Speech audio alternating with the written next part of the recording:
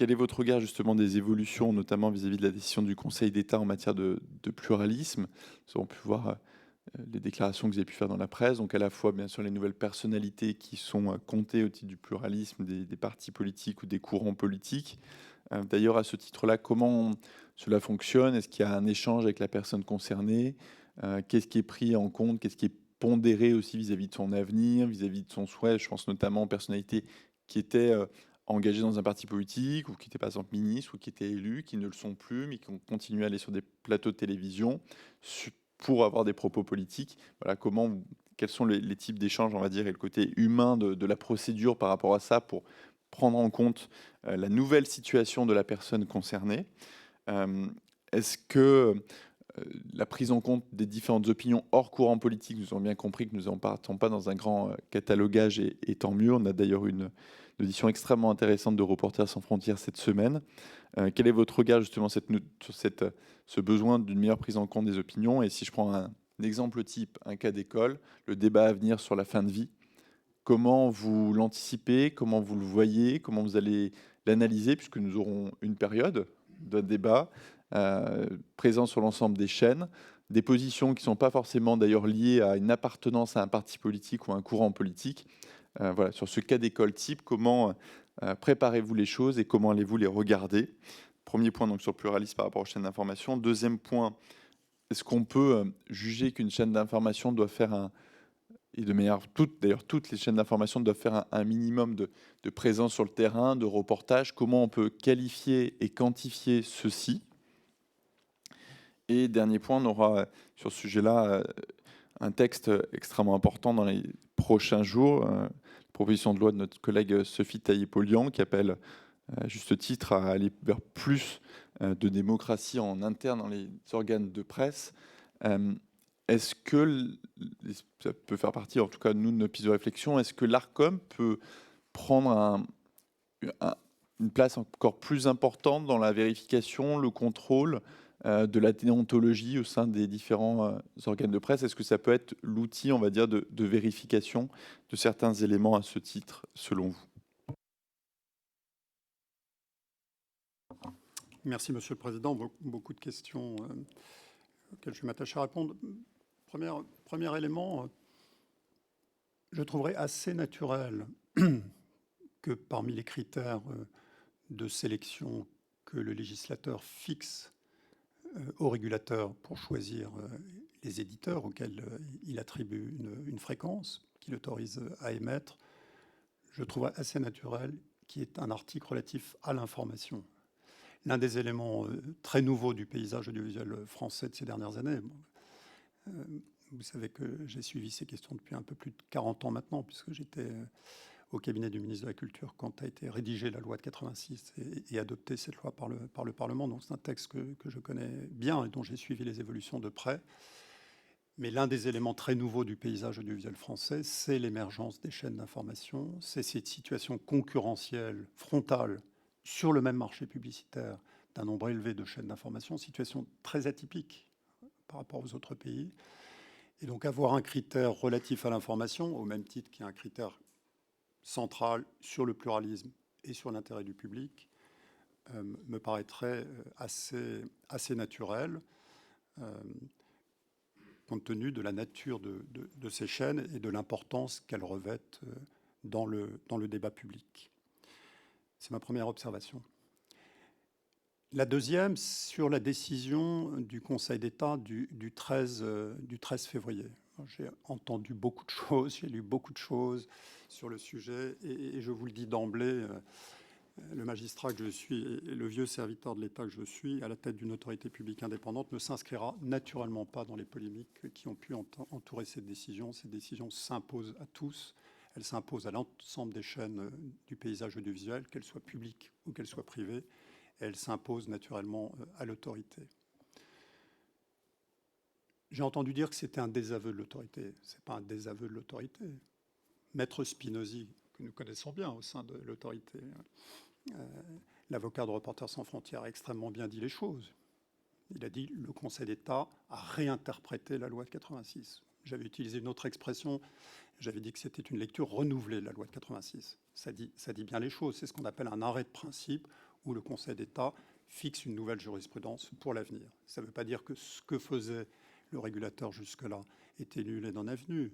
Et cette autorité a été présidée pendant de nombreuses années par de fins juristes, vous l'avez relevé vous-même, et je constate qu'ils n'ont pas fait évoluer la pratique, même s'ils saluent la décision qui a été rendue pour au moins l'un d'entre eux. Ces décisions, elles s'imposent à nous, et donc maintenant, notre responsabilité, c'est de la mettre en œuvre. Dans quelle direction allons-nous travailler? Nous travaillons dans 3 directions. La première, c'est celle que nous demande le Conseil d'État, c'est de restatuer sur la requête de Reporters sans frontières sur 2 points particuliers, la question de l'indépendance, la question du pluralisme. Et le Conseil d'État, dans sa sagesse, a laissé au régulateur 6 mois pour ce faire. On peut penser que s'il a laissé ce délai au régulateur, c'est qu'il a pensé que le sujet n'était pas simple à traiter et qu'il fallait prendre le temps de bien regarder les choses. Donc nous statuerons à nouveau sur la requête de Reporters sans frontières dans le délai de 6 mois qui nous est imparti, et donc vraisemblablement d'ici la fin de l'été. Deuxième direction sur laquelle nous réfléchissons et nous travaillons d'ores et déjà, c'est de prendre une délibération de portée générale dans le cadre du pouvoir réglementaire. Vous savez que l'autorité détient un petit pouvoir réglementaire délégué de la part du législateur, délibération à portée générale pour préciser le mode d'emploi, puisque le Conseil d'État nous a laissé la simple mission de fixer ce mode d'emploi, le mode d'emploi de mise en œuvre de sa décision. Donc nous y travaillons avec 2 principes en tête. Le premier, c'est bien évidemment, comme le souligne la décision du Conseil d'État, le respect plein et entier de la liberté éditoriale des médias. Donc le régulateur ne mettra pas le doigt dans le choix des thèmes traités par les éditeurs, ni dans le choix des intervenants choisis par les éditeurs, qui relèvent de la liberté éditoriale de ces éditeurs. Ils doivent, dans ce cadre, bien évidemment, respecter la loi, mais c'est leur liberté et leur responsabilité en même temps. Donc je l'ai dit et je le redis devant votre commission, on ne transposera pas à l'ensemble des intervenants sur les plateaux de chaînes de télévision les obligations qui s'appliquent en matière de pluralisme politique. En matière de pluralisme politique, la loi dit explicitement que les médias audiovisuels doivent nous communiquer la liste des personnalités politiques qu'ils invitent, c'est mentionné en tant que tel dans la loi, et les temps de parole correspondants. On ne transposera pas ce modèle-là, et donc il n'est pas question, je l'ai dit, je le redis ici, de rentrer dans je ne sais quel catalogage, dans je ne sais quel fichage de l'ensemble des intervenants sur les plateaux de télévision pour les qualifier d'une sensibilité ou d'une couleur politique dans un sens ou dans un autre. Donc la liberté éditoriale des éditeurs sera respectée. Le Conseil d'État ne nous demande en aucune façon de rentrer dans cette voie de catalogage. Le deuxième principe, c'est bien évidemment le respect du pluralisme. C'est un objectif de valeur constitutionnelle. Ça a été rappelé très clairement par le Conseil constitutionnel dans une décision de 86. Ce respect du pluralisme des courants de pensée et d'opinion, nous prendrons une approche qui sera de rechercher s'il y a un déséquilibre manifeste, et un déséquilibre non seulement manifeste, mais un déséquilibre manifeste et durable. On peut avoir un déséquilibre ponctuel de pluralisme à un moment donné. Pour le pluralisme politique, ça arrive quotidiennement. Quand on invite telle ou telle personnalité politique, dans l'instant, il y a un déséquilibre en faveur d'une formation politique. Mais l'appréciation du pluralisme politique, nous le faisons, vous le savez, sur une base trimestrielle. Tous les trimestres, on regarde les temps de parole de l'ensemble des formations qui concourent au débat, à l'équilibre du débat démocratique dans notre pays. Et nous regardons si cet équilibre se retrouve dans les médias. Si ce n'est pas le cas, nous intervenons. Donc on aura une approche de ce type, ce qu'au Conseil d'État on appelle l'appréciation de l'erreur manifeste d'appréciation. Y a-t-il un déséquilibre manifeste et durable qui est observé sur une certaine durée? On peut imaginer que cette durée soit plus courte pour les chaînes d'information, peut-être un délai d'1 mois, d'apprécier sur 1 mois si le déséquilibre est manifeste et durable. Pour une chaîne d'une autre nature, on pourrait appliquer la même règle que pour le pluralisme politique, de regarder ce qu'il en est sur un trimestre. Et bien évidemment, nous bâtirons un faisceau d'indices, c'est le point sur lequel nous travaillons, qui permettent d'apprécier si ce déséquilibre manifeste et durable est constaté. Et là aussi, conformément au sens de la délibération, des conclusions du rapport public, du communiqué que le Conseil d'État lui-même a publié lors du rendu de sa décision le 13 février, cet effort sera centré en priorité sur les programmes d'information et les programmes qui concourent à l'information. Troisième point, la perspective le troisième point sur lequel nous travaillons, j'ai déjà évoqué, c'est bien évidemment les conventions. Nous avons déjà anticipé sur TF1 et M6, puisque les clauses relatives au pluralisme ont été revues, ont été sensiblement élargies pour prendre en compte en particulier les programmes qui concourent à l'information, pas seulement les programmes d'information, pour prendre en compte ce qui se passe sur les émissions d'infotainment en particulier. Et donc c'est la troisième direction sur laquelle nous travaillons, qui sera pour les futures conventions d'avoir une clause relative au pluralisme qui prenne mieux en compte la décision du Conseil d'État.